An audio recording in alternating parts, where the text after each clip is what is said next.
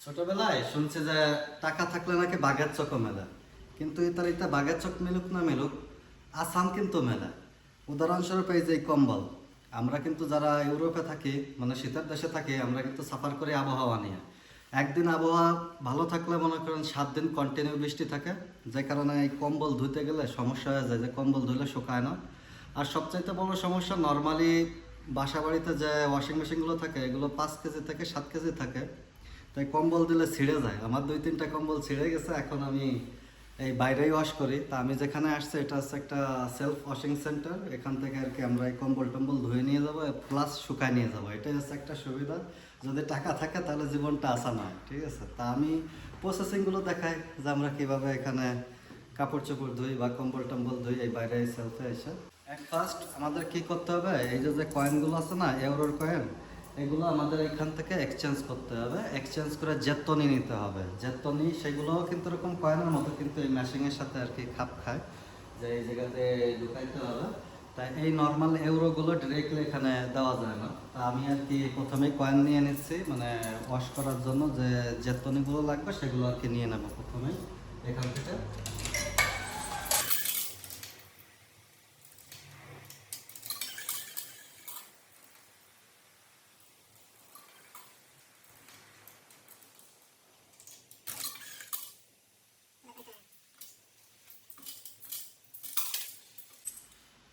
প্রত্যেকটা জেতনির মূল্য হচ্ছে 50 সেন্ট, মানে 50 সেন্ট, মানে 50 পয়সা। আমার এখানে লাগবে হচ্ছে টোটাল 8টা, মানে 4 ইউরো লাগবে। যেহেতু আমি 11 কেজি ইউজ করতেছি, সেহেতু এই জায়গায় হচ্ছে 4 ইউরোর দিতে হবে, টোটাল 8টা দিতে হবে। তা আমি প্রথমে 8টা নিয়ে নিয়েছি, তারপরে আবার শুকাবো একটু পরে, সেইগুলোর জন্য আবার পরে নিতে হবে। তা আমি প্রথমে এটাকে কি করবো জানেন, এই জায়গায় আমি এটাকে আগে পরিষ্কার করবো। কারণ যে এই জায়গায় কিন্তু অনেক সময় আছে বিষয়টা যে মানুষ, এই কুকুর তো এই দেশে তো কুকুর হিউজ পরিমাণে আছে, তা কুকুরের জামা কাপড় বা কুকুরের যে ইউজ যে জিনিসগুলো, এগুলো এই জায়গায় ধোয় বা পরিষ্কার করে। এই জন্য আমি প্রথমে এটাকে আগে পরিষ্কার করে নেবো। ওই মেশিনটা, এটা ফ্রি, একদম ফ্রি, পরিষ্কার করে নিয়ে যাচ্ছে। নাম্বার 6 হচ্ছে পরিষ্কার করে নিতে হবে। তো এখান থেকে আমি নাম্বারটা সিলেক্ট করবো। মেশিন এটাই আমাকে কাজ করতে দিচ্ছে না, কারণ পুশ হয়ে রয়েছে। আর এটা দিয়ে আর কি আমি প্রথমে এটাকে পরিষ্কার করব। নাম্বার 6 বলছি আমরা। ওকে, এই যে এটা এখন ঘোরা শুরু হবে, অটোমেটিকলি এই মেশিনটা পরিষ্কার হবে। 1 মিনিট ধরে এটা পরিষ্কার করবে, এর জন্য কোনো কিছু পে করা লাগবে না। এই জায়গায় ও মানে গরম পানি দিয়ে এটাকে সুন্দর করে ওয়াশ করবে। ওয়াশ করার পরে 1 মিনিট হয়ে গেলে এটা অটোমেটিকলি অফ হয়ে যাবে। পানিও দিচ্ছে, দেখেন পানি দিয়ে, গরম পানি দিয়ে এটা ওয়াশ হচ্ছে। ওয়াশ হওয়ার পরে যখন আর কি এটা শেষ হয়ে যাবে প্রসেসিং, তখন আমরা এই আমাদের যে কম্বলগুলো নিয়ে আসছি, এই যে আমি 2টা কম্বল আনছি, চেষ্টা করবো যে 2টা কম্বলই 11 কেজি এই মেশিনের ভিতরে ঢুকানোর। তারপরে দেখা যাবে যদি ঢুকাইতে পারে তাহলে আমরা 2টা এক মেশিনে আর কি ওয়াশ করবো। আমাদের মেশিন রেডি। এই যে দেখাচ্ছে যে স্কারি কারেন্ট, মানে ভিতরে কোনো কিছু থাকলে বের করতে, কিন্তু অত ইন্টেলিজেন্ট না যে ভিতরে কিছু ছিল না, এটা আমাকে বলতেছে না। তা এখন আর কি আমরা আমাদের কম্বলগুলো আর কি ঢুকাই দেবো ভিতরে।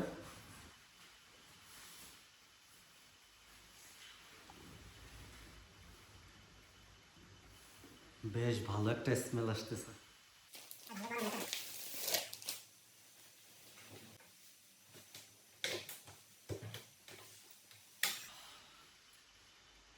কষ্ট হলো, ঢুকাইতে পারছি। 2টা একটু বেশি গাদাগাদি হয়ে যায়, কিন্তু এই জায়গায় 11 কেজি নেই। তারপরও যেহেতু কম্বলটা বড়, সেহেতু একটু কষ্ট হয়ে যায়। এই জায়গায় আমাকে অলরেডি বলতেছে 4 ইউরো দিতে। এবার 4 ইউরোতে টোটাল আসবে হচ্ছে 8টা জেতনি।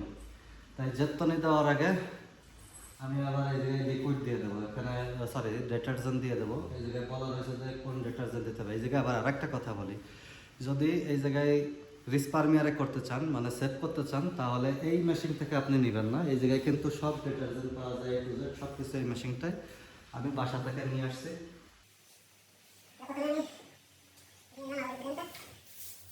এই জায়গায় আপনি কোন ডিটারজেন্ট ইউজ করতেছেন সেটাও কিন্তু লেখা আছে। যদি লিকুইড থাকে তাহলে কোন জায়গায় দিতে হবে, যে জায়গায় পাউডার সেটা কোন জায়গায় দিতে হবে, এই জায়গায় কিন্তু উল্লেখ করে দেওয়া আছে।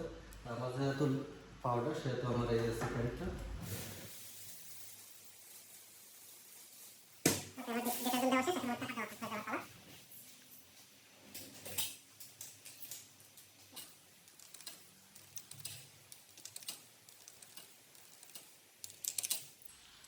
কাছে অবশিষ্ট আছে এখনো দুইটা, কারণ আমি দুইটা বেশি নিয়ে ফেলাইছিলাম ভুল করে। অবশিষ্ট এখনো দুইটা আছে, তবে এটা শুকানোর জন্য পরবর্তীতে কাজে লাগবে, এই জন্য সমস্যা না। এখন আমার সিলেক্ট করতে হবে যে আমি কত ডিগ্রিতে আমি কম্বলগুলো আর কি ধোবো। এই জায়গায় 90 ডিগ্রি থেকে শুরু করে 90, 60, 40, 30, 20 সব কিছু কততে আমি ধোবো সেটা আর কি ডিরেক্টলি আপনার কাপড়ের কোয়ালিটির উপরে নির্ভর করে আপনি এই জায়গায় সিলেক্ট করে দেবেন।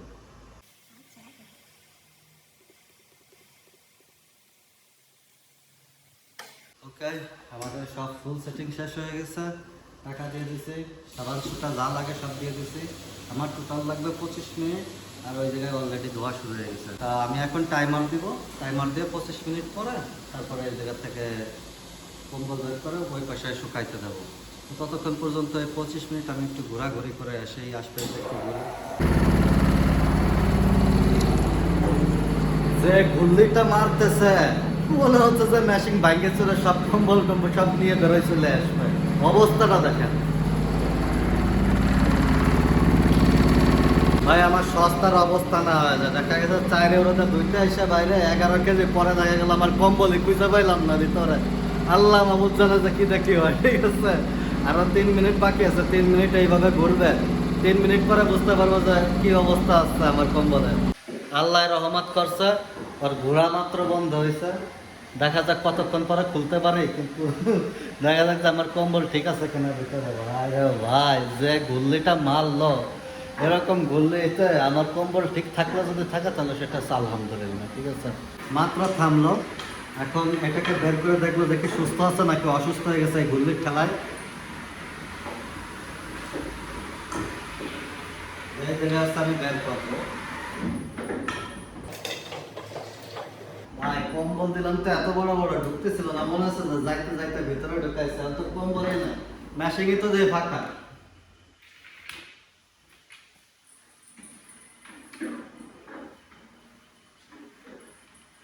না, সুস্থ আছে।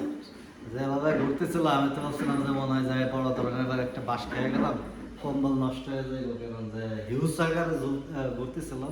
যেহেতু দেখছি যে ওভারলোড হয়ে যাচ্ছিল, এই জন্য আরো বেশি ভয়তেছিলাম, কারণ যে এরকম ভাবে বাসায় ওভারলোড দিয়ে আমি প্রায় 2টা কম্বল আর কি নষ্ট করছি। যে এই জায়গা থেকে সেলাই ছুটে গেছিল, মানে ইসের গুলির ঠেলায়, তারপরে ফেলাই দেওয়া লাগছে।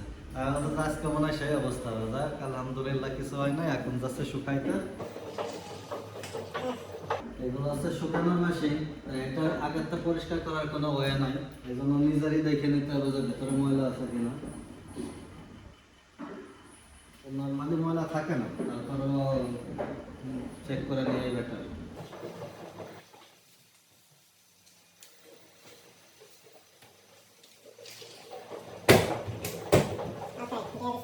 এখন আমি দিয়ে দেবো জেতনি। এই জায়গায় 2টা জেতনি তো 10 মিনিট শুকাবে। 10 মিনিটে ফুল শুকাবে না, তারপরে 10 মিনিট দিয়ে পরবর্তীতে চেক করবো যে আর কতটুকু দেওয়া লাগে। নয়তো আন্দাজে পরে যায় বেশি দিলে তখন আবার ঝামেলা। ওকে, 10 মিনিটের জন্য আর কি দিয়ে দিলাম, যে 10 মিনিট ধরে ওটা শুকাবে। অবশেষে আমাদের কম্বল ধোয়া শেষ। আজকে মনে করেন যে প্রায় 40 মিনিটের উপরে নষ্ট করে ফেলাইছি। দাম 25 মিনিট ওই জায়গায়, 20 মিনিট ওই জায়গায়, 45 মিনিট নষ্ট করলাম শুধু এই 2টা কম্বল ধোয়ার জন্য। এই ঠান্ডার কারণে নয় বাসায় কিন্তু সুন্দর করে ধুয়ে নাড়িয়ে দিতে পারতাম, আমার সময়টাও বাঁচত, টাকাটাও বাঁচত। আমার টোটাল এক্সপেন্স কত হয়েছে জানেন? 5 ইউরো 60 পয়সা। কীভাবে? 4 ইউরো দিয়ে আমি ধুইছি, 2 ইউরো আমি এর ভিতরে দিছি, আর 10 পয়সা ওই মেশিনে খেয়ে ফেলাইছে আমার টাকা, বুঝছেন? 10 সেন্ট, মানে ওটা আর কি, এটা কি বলে রেস্ট, তো মানে যেটা আর কি ফেরত দেবে, সেই 10 পয়সা ফেরত দেয় না, ওই মেশিনে বলে ফেরত দেয় না। আজুরের কথা, যত সব দাম। গরমের ঠেলায় তো দেখে যে মেশিনের রবার পড়ে যাচ্ছে। দেখে মেশিনের রবার নাকি আমার কম্বলের, কে জানে। এই যে আরো নিচে পড়ছে।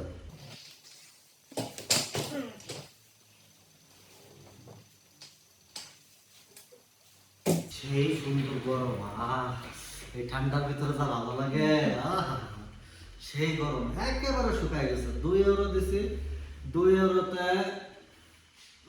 চারটে চারটে জেত্তনে দিছি, 2 ইউরোতে হচ্ছে 20 মিনিট হয়েছে। 20 মিনিটে 70 ডিগ্রি দিছিলাম, 70 না 60 দিছিলাম, আমার এক্স্যাক্টলি মনে নেই। যাই হোক, মনে করেন যে একেবারে শুকায় গেছে একেবারে। এখন চাইলে কম্বল মুড়ি দিয়ে ঘুমাই থাকা যাবে, এরকম একটা অবস্থা। মানে ভিজার কোনো টু শব্দ নাই একেবারে। এখন আমি মনে করেন যে এই কম্বলগুলো ভাঁজ করবো, ভাঁজ করে নিয়ে ব্যাগের ভিতরে ভরবো, ব্যাগের ভিতরে ভরে নিয়ে তারপর আছে গোয়িং টু কাজা, মানে হোম, বাসায় যায়। তারপরে যদি সময় থাকে একটু রেস্ট নেব, আর সময় না থাকলে আবার মনে করেন যে কাজে চলে যেতে হবে। তা একটু দ্রুত করি। আল্লাহ হাফেজ।